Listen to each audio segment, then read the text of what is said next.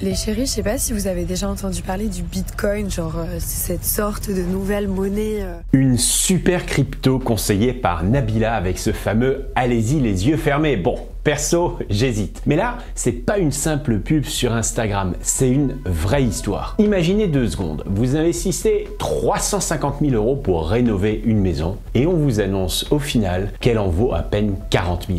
C'est pas un sketch, c'est pas une fake news, c'est une arnaque bien réelle qui s'est produite dans l'est de la France. Plusieurs propriétaires seraient tombés dans le piège d'un influenceur immobilier, Tommy Goudet, alias Tom Monopoly. Il avance vite, il prend direct la rue de la Paix avec des hôtels, mais quelquefois on est en mesure de se demander s'il n'a pas planqué une carte sortie de prison. Ah merde, de nouveau en prison. Non, Tom Monopoly, c'est juste un pseudo qui claque. Derrière, il y a donc ce Tommy Goudet, un ancien commercial reconverti en investisseur. Il s'est fait connaître en partageant ses coups immobiliers sur les réseaux, colocation, achat-revente, avec des montages parfois un peu acrobatiques. Résultat, des centaines de milliers de vues, plus de 100 000 abonnés et une image de success story qui attire surtout les jeunes qui veulent se lancer vite, parfois peut-être même trop vite. Sauf que ce qu'il ne dit pas, c'est que le résultat dans son affaire de l'Est, des maisons à l'abandon, des travaux jamais finis et des familles au bord de la ruine. Nabila, elle avait pris 20 000 € d'amende pour sa pub dite mensongère. Ici, c'est le parquet de Montbéliard qui a lancé un appel à témoins.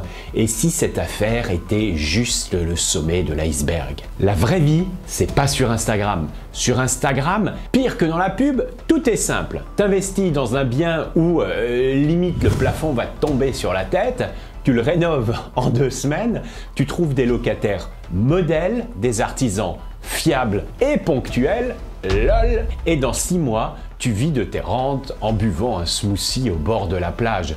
Et sans forcer le cliché, avec une voiture de luxe et il n'est pas exclu qu'il y ait 1 ou 2 filles à proximité. Sauf que dans la vraie vie, ça se passe jamais comme ça. Avec les banques, c'est déjà très compliqué actuellement, alors je doute fort qu'elles ne financent les rêves Instagram, et c'est peut-être pas plus mal d'ailleurs. Hein. Si tu crois qu'une banque va te prêter 350 000 € juste parce qu'un influenceur a dit que le projet était tip-top, tu vas avoir de grosses désillusions. Elles prêtent les banques, oui, évidemment, mais pas sans apport, pas sans garantie, pas sans reste à vivre, et certainement pas sans un dossier béton. Et je sais que d'autres gourous te font croire qu'avec le financement participatif, crowdfunding, ça va passer crème. Pardon, mais arrête de me prendre pour un... Et c'est pas parce que tu me montres un plan de financement où c'est passé que ça passera à chaque fois. Une banque, elle a une grille de lecture que je vais qualifier de multifactorielle. Dit autrement, elle regarde plusieurs points. Donc même si tu as un peu d'apport, si le bien est pourri à la base, la banque va le faire expertiser et si elle le valorise à 40 000 balles comme dans notre affaire, elle va pas te prêter pour 350 000.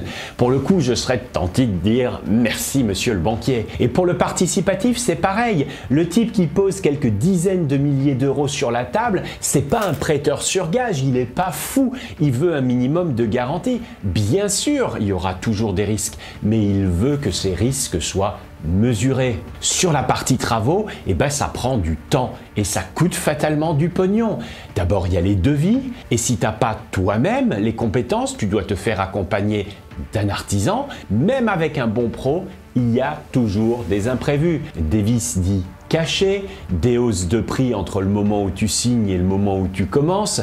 Et ça, c'est dans le meilleur des cas. Alors imagine si tu tombes sur un clown. Et pour ceux qui se disent, pas grave, je vais le faire moi-même, le fameux do it yourself, ou encore, je vais le faire au black. Attention, c'est sympa dans l'idée, mais en pratique, c'est long.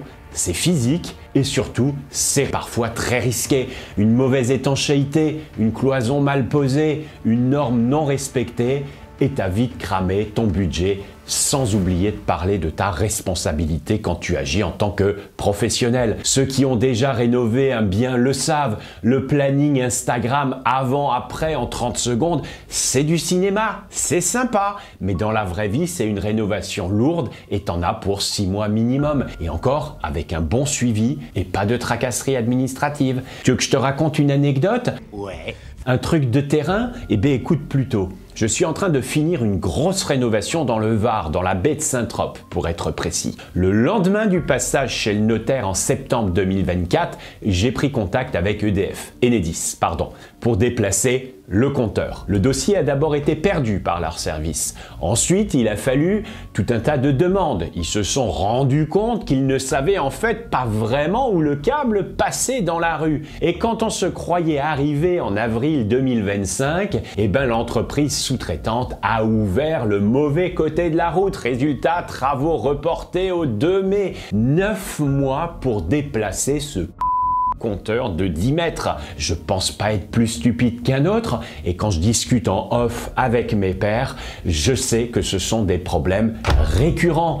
Mais bizarrement, les bofs d'Instagram, à eux, ça leur arrive jamais. Concernant les locataires, là aussi, dans les vidéos, les locataires payent rubis sur l'ongle, ne posent jamais de problème et libèrent le bien en laissant une petite plante verte après avoir fait le ménage. Mais dans la vraie vie, il y a des fois des loyers en retard, une période de vacances locatives, des dégradations, volontaires ou non. Et vous, pendant ce temps, vous remboursez un crédit sur un bien qui rapporte beaucoup moins, voire rien du tout. Et il y a des choses pour lesquelles vous n'avez pas la main. Un autre exemple?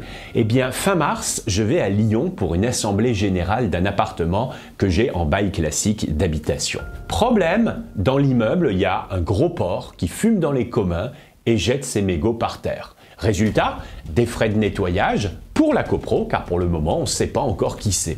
Ensuite, vote de la même copro pour poser des caméras. Sur coup pour qui? Je te laisse répondre. Évidemment, et ceux que j'accompagne le savent, on peut mettre en place des actions pour réduire ces risques. Par exemple, je n'ai jamais eu à déplorer de loyer impayé. J'ai eu quelques retards, oui, mais ça a toujours été régularisé au plus tard sur une année. Et il y en a d'autres qu'on prendra moins peut-être, mais on les prendra dans tous les cas et il faut les provisionner, ces imprévus. Sur une réno, je dis 10%. Sur du neuf, 5 en général suffisent. Ensuite, il y a ta trésorerie. Comment tu gères par exemple si tu as 6 mois de retard? Voilà les actions de prévention à aborder avant de te lancer.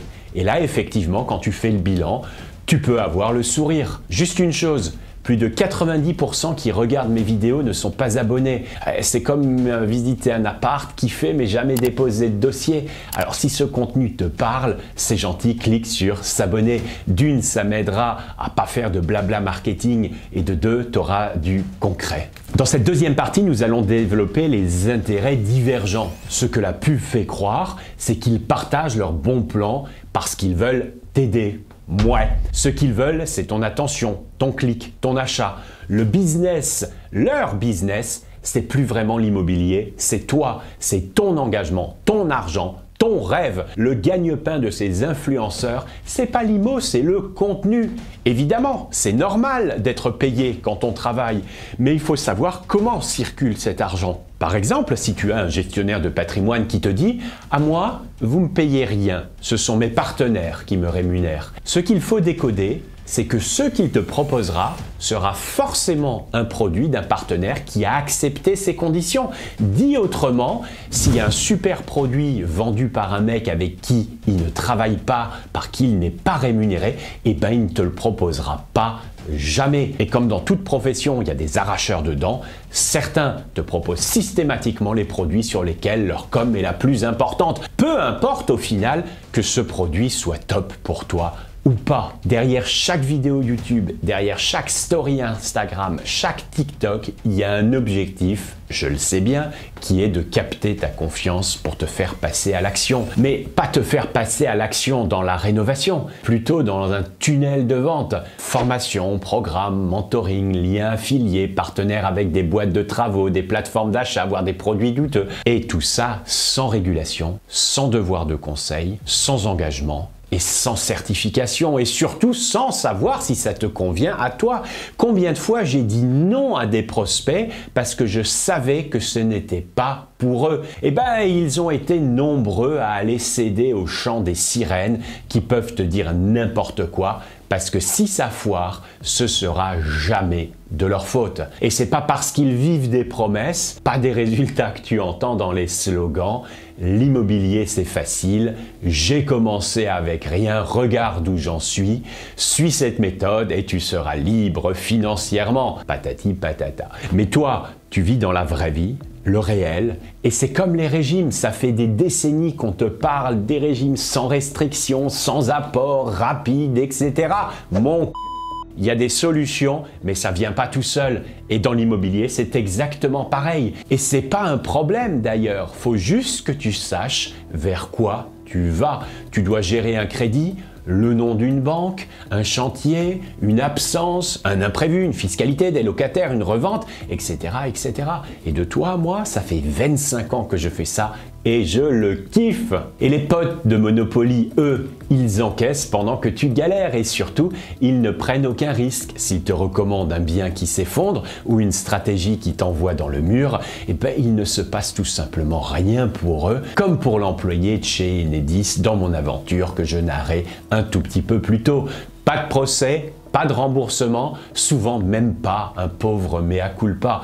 Toi, tu perds des mois, de l'énergie et souvent des dizaines de milliers d'euros. Et tu veux savoir, le plus fou, il continue à poster comme si de rien n'était parce que le contenu, c'est une machine et que toi, tu n'es qu'un rouage. Alors comment ce genre de projet peut-il être vendu comme miraculeux? Pourquoi des dizaines de gens tombent encore dans le panneau?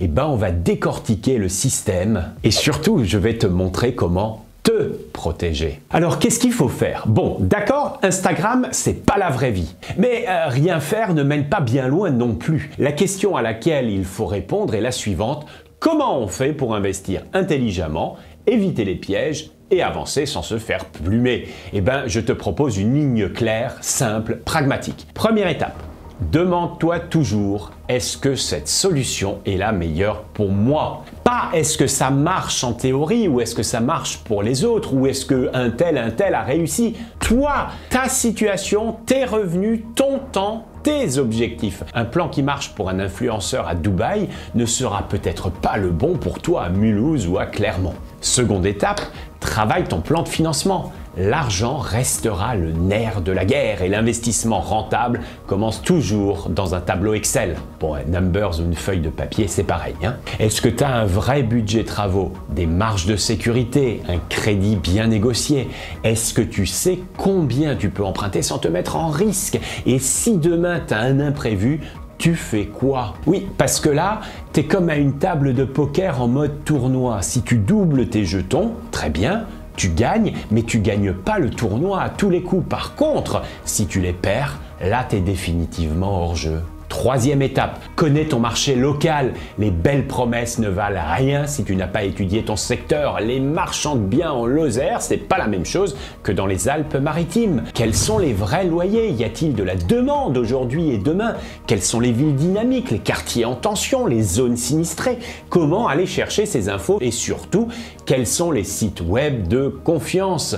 Et parce que le terrain ne ment pas, le début, par exemple, c'est d'aller voir ce que représentent les annonces, parler aux agences, vérifier ce que dit la mairie, discuter avec les anciens, etc.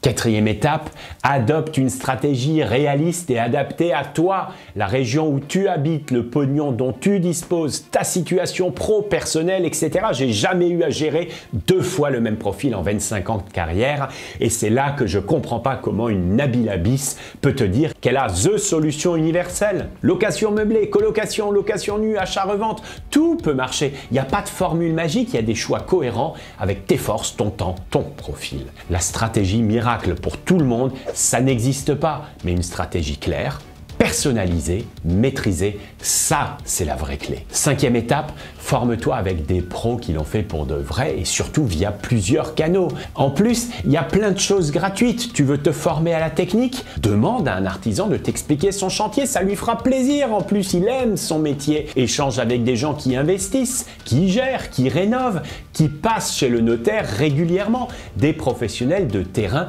et de préférence, s'il te plaît, en France. Pas des marchands de rêve et ça, oui, ça coûte du temps, parfois un tout petit peu d'argent, mais ça t'évite d'en perdre tellement derrière. L'immobilier, c'est pas magique, mais c'est puissant. Très puissant même, à condition de le faire avec lucidité, méthode et les bonnes personnes autour de toi. Un exemple, mais dans la vraie vie, ça donne quoi? Voilà 3 cas parmi d'autres que j'ai croisés. 3 histoires très différentes, mais un point commun que j'appellerais du bon sens, cher ami, pas le miracle. Le premier, c'est un jeune couple, leur premier achat. Ils avaient un petit apport, ça couvrait limite les frais.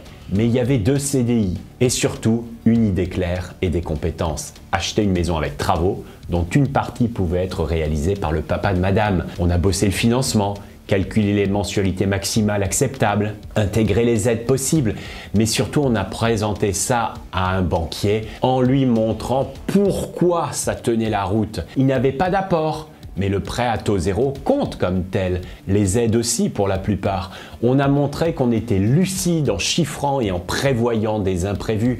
On a été chercher de l'argent auquel ils n'avaient même pas pensé, comme le plan épargne entreprise. Résultat, prêt validé, non sans effort, mais validé. Chantier maîtrisé, sans le stress du dépassement de l'enveloppe. Et aujourd'hui, ils vivent dans leur maison sereinement. Quoique, la petite Élise âgée de 3 mois perturbe beaucoup leur nuit aux dernières nouvelles. Et ça, j'avais pas anticipé, désolé. J'avais aussi Thomas, le second, un cadre sup avec un bon salaire. Il voulait investir dans du locatif meublé, surtout parce qu'on lui avait dit que c'était le pied Airbnb. C'est cool, limite tu te sens compte, pas le faire. Il avait vu passer plein de montages tordus sur internet, enfin il les pensait pas comme tels, hein, mais société offshore, fausse résidence de service, division tirée par les cheveux. On a fait simple, location meublée au réel, amortissement bien géré, comptable compétent et surtout un bien cohérent avec le marché local. Résultat, une fiscalité ultra douce, des revenus saisonniers mais réguliers et à ce jour, aucun redressement ni souci juridique. Pas spectaculaire, peut-être pas de quoi faire une story au large de l'île Maurice, mais efficace et durable. Et puis le troisième, last but not least, Héloïse, sortie de nulle part. Elle m'a appelé un peu en panique. D'abord, j'ai cru à un prank. Héloïse, encore toutes mes excuses. Elle venait d'acheter un bien sur les conseils d'un bip. On va pas donner de nom. Une vieille bâtisse, vraiment. Honnêtement, on se voyait dans cette maison comme dans une résidence secondaire de publicité. Mais en fait, elle était bien trop chère et surtout dans un village, mais alors c'est un euphémisme, en déclin. La promesse, colocation rentable après travaux. La réalité, pas de demande à cet endroit, personne va se mettre en coloc ici. Un budget qui aurait explosé, des difficultés à trouver des artisans et à suivre les travaux car beaucoup trop loin de chez elle. Bref, ça aurait été un naufrage. On a pu annuler. 3 mois plus tard, elle repart sur un projet beaucoup plus simple en location meublée à proximité de chez elle. Et oui, Héloïse est très douée dans la déco. C'est ça son truc. Les gros travaux, elle ne sait pas encore gérer. Le positif, c'est que j'ai trouvé un dicton que quand on suit quelqu'un qui vend des rêves, on finit parfois par devoir réparer ses cauchemars. Voilà 3 parcours très différents, mais un fil rouge. Pas de magie, pas de secret bien gardé, juste du bon sens, de l'analyse et une vision claire. Un projet immobilier, c'est comme se préparer à un marathon. Faudra s'entraîner, faudra suer, il y aura des périodes de doute. Mais si on fait les choses comme il le faut, c'est tellement beau de passer la ligne d'arrivée. L'immobilier, c'est pas un jeu vidéo. C'est pas une appli où tu cliques et l'argent tombe, c'est du concret avec de vraies conséquences, bonnes ou mauvaises. Et aujourd'hui, tu as un choix. D'ailleurs, je prétends pas du tout être le seul à savoir faire, mais soit tu continues à te gaver de contenu flashy, de promesses faciles et tu joues à la roulette russe avec ton avenir, soit tu prends le temps de te poser les bonnes questions, de structurer ton projet, de t'entourer de pros. Et tu avances étape par étape avec du vrai. Et si ma vision, mes valeurs te plaisent, c'est avec plaisir que je t'accompagne. Ma ligne directrice est la suivante. Ne cherche pas à devenir investisseur comme un tel. Deviens investisseur dans ta vie réelle, à toi, avec ta situation, ton rythme, ton plan. Et si tu as besoin d'un cadre ou d'un regard extérieur ou d'un accompagnement sérieux, eh ben je suis là. Pas pour vendre du rêve, mais pour t'aider à construire quelque chose de solide pour de vrai. Et ça se passe juste en dessous. À très vite. Bye.